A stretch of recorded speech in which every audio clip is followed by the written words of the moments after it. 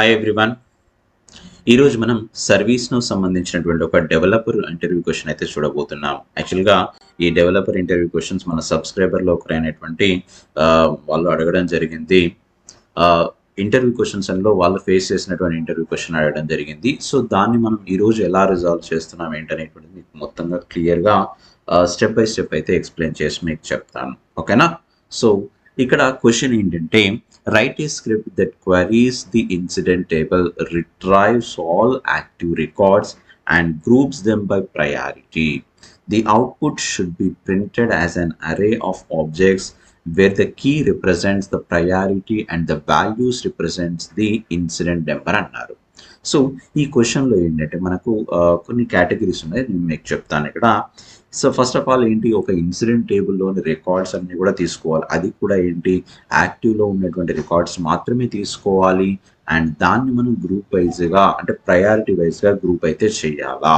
So అది రెండు questions, right? And next వచ్చేసి దీనిలో ఏంటంటే ఈ అవుట్పుట్ అనేటువంటిది ఎలా రావాలట, ఒక అరే రూపంలో మాత్రమే రావాలి. సో అరే లాగా మనకు రిప్రజెంట్ చేయాలి అండ్ దానిలో ఇన్సిడెంట్ నెంబర్స్ అనేటువంటిది మాత్రమే చూపెట్టాలి అన్నారు.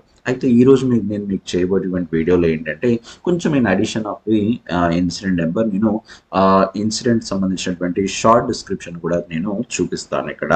సో ఆ షార్ట్ డిస్క్రిప్షన్ అనేటువంటిది ఇన్సిడెంట్ నెంబర్స్ అనేటువంటిది ఎలా మనకు రిప్రజెంట్ చేయవచ్చు, సో అరే రూపంలో ఎలా మనం గ్రూపింగ్ అనేటువంటి చేయవచ్చు అనేటువంటిది స్క్రిప్టింగ్ ద్వారా మనం చూడబోతున్నాం.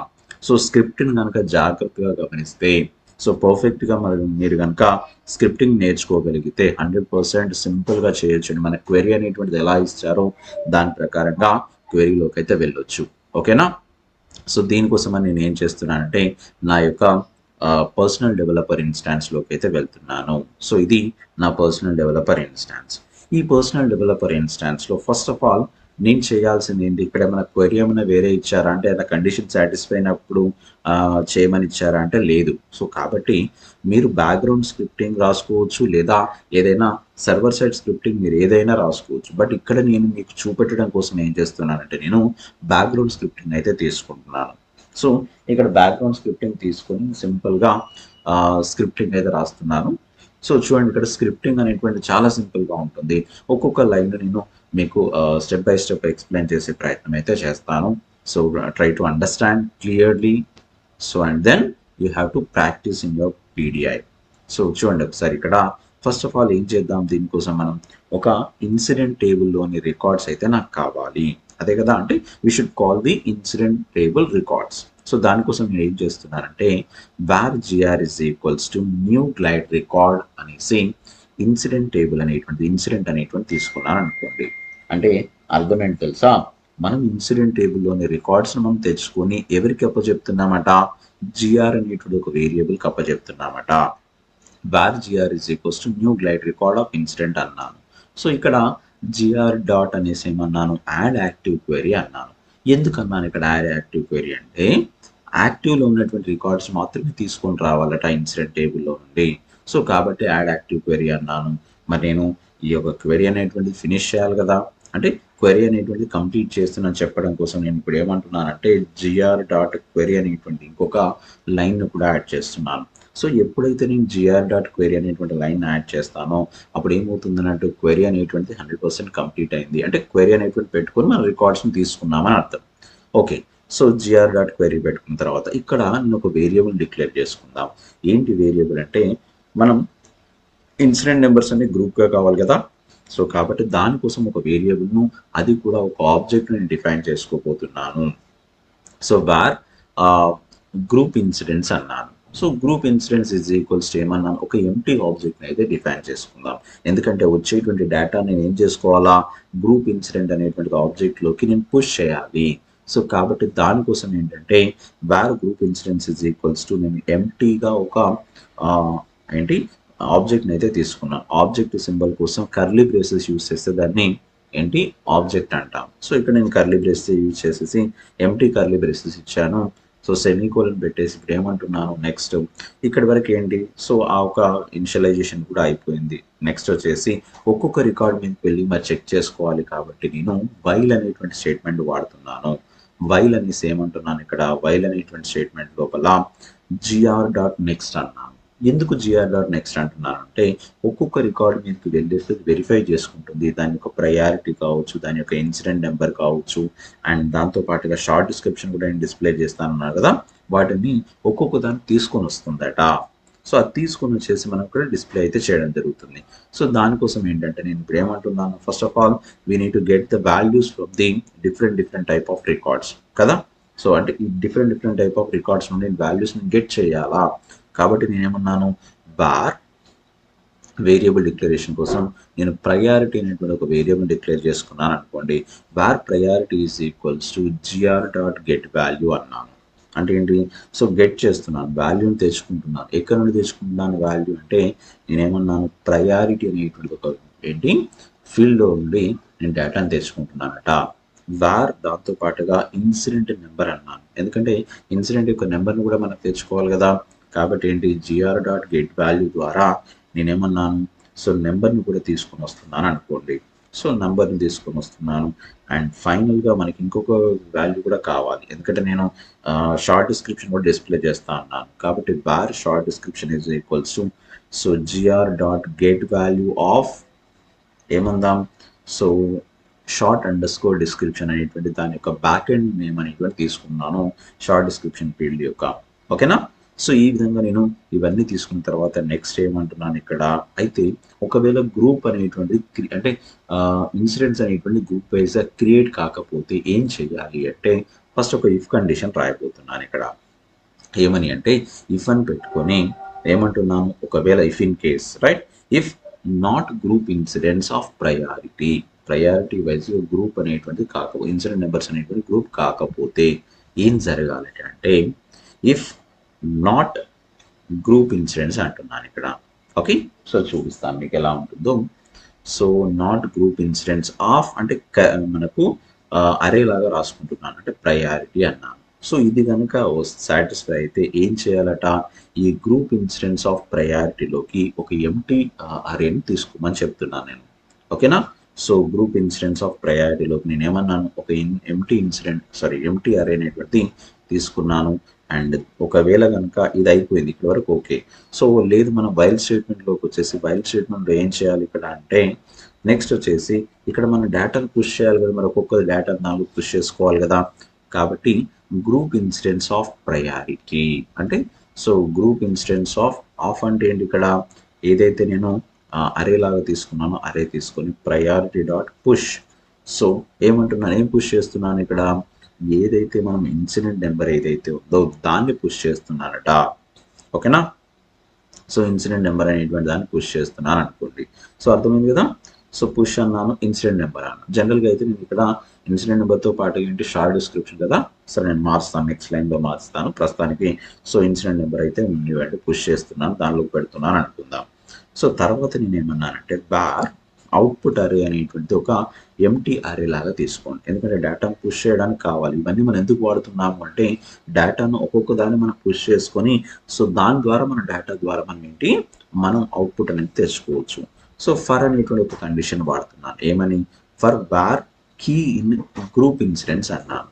కీ అనేటువంటిది ఒక ఏంటి వేరియబుల్ డిక్లేర్ చేసుకున్నాను, అది కూడా ఏంటి గ్రూప్ ఇన్సిడెంట్స్ ప్రకారంగా మనం చెక్ చేసుకోబోతున్నాం అనుకోండి. సో రైట్, ఇక్కడ మళ్ళీ ఒక ఇఫ్ కండిషన్ రాద్దాం. ఏమని రాద్దాం, ఇఫ్ కండిషన్ ఎందుకు రాద్దాం అంటే ఇఫ్ అని పెట్టుకొని ఏం చేస్తున్నాను, ఒకవేళ గనక మనం ఈ కీ అనేటువంటి ప్రాపర్టీగా మనం ఏదైతే తీసుకున్నామో ఎక్కడైతే మనం ఏంటి group incidents dot has own property అన్నాము. సో ఈ గ్రూప్ ఇన్సిడెంట్ సంబంధించినటువంటి ఏదైతే కీ అనేటువంటి ఏదైతే ఉందో దాని యొక్క ప్రాపర్టీని మనం కనుక తీసుకోగలిగితే అంటే చెక్ చేసుకోగలిగితే సో ఇక్కడ ఏంటి, so group incidents dot has own property of key అనేసి ఏమంటున్నాను, దీనిలో కర్లీ బ్రేసెస్ మధ్యలో పెడుతున్నాను, బార్ ఓబీజే ఒక ఆబ్జెక్ట్ని తీసుకుంటున్నాను. ఏమని, సో ఒక ఎంటీ ఆబ్జెక్ట్ని తీసుకొని ఈ డేటా మొత్తాన్ని కూడా ఆబ్జెక్ట్లో పుష్ చేయడం జరగాల. ఓకే, సో చూపిస్తాను మీకు. OBJ of key, so of అంటే ఏంటి మనకు అరే లాగా. So OBJ of key is equals to నేను ఇప్పుడు ఏమంటున్నాను, group incidents of key. So అంటే ఏంటి, ఈ గ్రూప్ ఇన్సిడెంట్స్ యొక్క వాల్యూస్ నేను ఏం చేస్తున్నానట, ఓబీజీ అనేటువంటి ఒక ఆబ్జెక్ట్లోకి పుష్ చేస్తున్నాను. సో ఇక్కడ ఇది ఒక ఈ లైన్ మీనింగ్ అదే. సో పుష్ చేసిన తర్వాత మరి ఇదే ఆబ్జెక్ట్లో ఉన్నటువంటి డేటాని ఎక్కడికి పుష్ చేయాలి, నేను అవుట్పుట్ అరేలోకి పుష్ చేయాలి. కాబట్టి అవుట్పుట్ అరే డాట్ పుష్ ఓబీజీ అన్నాను. సో చూడండి ఇక్కడ ఈ 2 లైన్స్ చాలా ఇంపార్టెంట్. ఈ 2 లైన్స్ కనుక ప్రాపర్గా అర్థమవుతే సో మనకు దాదాపు ఈ స్క్రిప్టింగ్ అనేటువంటి క్లియర్గా మీకు అర్థమైనట్టు ఉంటుంది. ఓకేనా. సో ఇంతే, ఇంకా ఇక్కడ ఒక ఆబ్జెక్ట్ని తీసుకున్నాను, ఆబ్జెక్ట్లోకి గ్రూప్ ఇన్సిడెన్స్ యొక్క డేటాను పుష్ చేశాను, అవుట్పుట్ అరేలోకి ఓబీజీ అనేటువంటి ఏదైతే ఆబ్జెక్ట్లో ఉన్నటువంటి దాన్ని పుష్ చేశాను. సో ఇక్కడ అవుట్పుట్ కోసం వెళ్తున్నాను మళ్ళీ నేను. సో ఎండ్ ఆఫ్ దిస్ ఏంటి స్క్రిప్టింగ్లో ఏంటంటే అవుట్పుట్ కోసం వెళ్ళినప్పుడు జిఆర్ డాట్ ఇన్ఫోలో ఏం చేస్తున్నానట, జేసాన్ డాట్ స్ట్రింగిఫై అన్నాను. ఎందుకు జేసాన్ డాట్ స్ట్రింగిఫై అన్నానంటే మనకు వచ్చేటువంటి వాల్యూ అనేటువంటిది ఎక్కడ వస్తుంది, ఏ విధంగా వచ్చింది, ఆబ్జెక్ట్ రూపంలో వచ్చింది, అంటే ఓబీజే. సో ఆబ్జెక్ట్ రూపంలో వచ్చింది కాబట్టి దాన్ని నేను స్ట్రింగిఫై చేసుకొని నేను డిస్ప్లే చేయబోతున్నాను అనుకుందాం. సో కాబట్టి అవుట్పుట్ అరే కామా నల్ అన్నాము కామా 2 అనేటువంటి దాని యొక్క సో ఏంటి పారామీటర్స్ ప్రకారంగా రాసుకొని నేను ఎక్కడైతే అవుట్పుట్ అరే కామా నల్ కామా 2 అన్నానో, సో ఈ విధంగా అనేసి ఎప్పుడైతే నేను ఈ స్క్రిప్ట్ని ఎగ్జిక్యూట్ చేసుకుంటానో నాకేం కావాలా, సో ఈ డేటా అనేటువంటి ఇన్సిడెంట్ నెంబర్స్ అనేటువంటిది వస్తుంది. సో అయితే మరి ఇన్సిడెంట్ నెంబర్స్తో పాటుగా నేను ఇప్పుడు ఏమన్నాను, సో షార్ట్ డిస్క్రిప్షన్ రావాలన్నాను కదా, అందుకే ఇక్కడ యాడ్ చేస్తున్నాను చూడండి. ఇంతకుముందు యాడ్ చేయలేదు, ఇప్పుడు యాడ్ చేస్తున్నాను చూడండి ఇక్కడ. So just a minute, right. So నేను ప్లస్ అనేటువంటి తీసుకొని సో ఏమని తీస్తున్నాను, ఏంటి డబుల్ కోట్స్ మధ్యలో నేను కోలన్ పెడుతున్నాను. ఎందుకంటే కోలన్ పెడితే ఏంటంటే జస్ట్ లైక్ సపరేట్గా కనబడుతుంది. సో షార్ట్ డిస్క్రిప్షన్ అనేది ఇచ్చాను అనుకుందాం. ఎప్పుడైతే ఈ విధంగా షార్ట్ డిస్క్రిప్షన్ ఇచ్చేసి నేను ఎగ్జిక్యూట్ చేస్తానో నాకు 100% నాకు నేను అనుకున్న విధంగా అరే లోపల మనకు స్క్రిప్టింగ్ అయితే అంటే incident numbers plus short description అయితే వస్తాయి. సరే ఒక్కసారి మళ్ళీ మనం ఈ స్క్రిప్టింగ్ ఒక్కసారి చూసుకునే ప్రయత్నం చేద్దాం. ఎందుకంటే స్క్రిప్టింగ్ చాలా ఇంపార్టెంట్. ఈ స్క్రిప్టింగ్ని మీరు జాగ్రత్తగా అర్థం చేసుకున్నట్లయితే 100% you will get good knowledge. Okay. So now you can see. So ఇక్కడ ఏమన్నాను, ఫస్ట్ సెక్షన్లో ఏంటంటే నేను ఇన్సిడెంట్ టేబుల్ యొక్క రికార్డ్స్ని తెచ్చుకున్నాను. సో సెకండ్ సెక్షన్లో ఏంటంటే ఫస్ట్ ఆఫ్ ఆల్ సెకండ్ సెక్షన్లో ఏం చేస్తున్నానట, నేను దానికి ఒక్కొక్క రికార్డు సంబంధించినటువంటి ప్రయారిటీని, ఇన్సిడెంట్ నెంబర్ను, సో అదేవిధంగా షార్ట్ డిస్క్రిప్షన్ తీసుకొని చెక్ చేసుకుంటున్నాను అది ఏ గ్రూప్ వైజ్గా వెళ్ళింది. సో ఒకవేళ ప్రయారిటీ వైజ్గా గ్రూప్ కాకపోతే నేను ప్రయారిటీ వైజ్గా గ్రూప్ని తీసుకొని ప్రింట్ చేస్తున్నాను అన్నాను. సో అది ప్రింట్ చేయడానికి ఒక అవుట్పుట్ అరే అనేటువంటి దాన్ని పుష్ చేయాలి కదా, డేటా అంతా కూడా ఒక్కొక్క దానిలోకి నేను పుష్ చేయడానికి, ఆ పుష్ చేయడం కోసం యూజ్ చేసేటువంటి దాన్నే ఇక్కడ నేనేంటి, సో ఈ ఇఫ్ కండిషన్ ద్వారా ఫర్ అనేటువంటి ఏదైతే లూపింగ్ స్టేట్మెంట్ ఉందో ఆ లూపింగ్ స్టేట్మెంట్ ద్వారా మనం రాసుకోవడం అయితే జరిగింది.